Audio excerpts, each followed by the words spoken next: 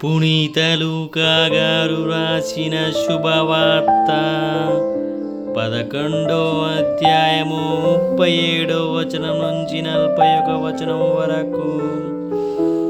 ఆయన మాట్లాడుచుండగా ఒక పరిసయ్యుడు తనతో కూడా భుజించుటకు రండని ఆహ్వానించెను.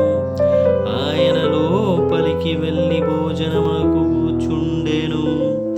భోజనమునకు ముందు ఆయన చేతులు కాళ్ళు కొనకపోవుట చూచి పరిసయ్యుడు ఒకడు ఆశ్చర్యపడెను.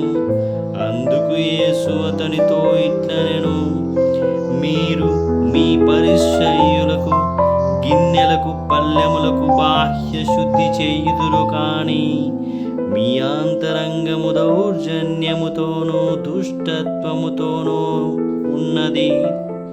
అవివేకులారా, వెలుపలి భాగము చేసిన వాడు లోపలి భాగము కూడా శుద్ధి చేయగలడు.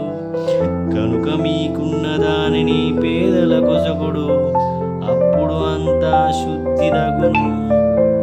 ఇది క్రీస్తు సువిశేషము.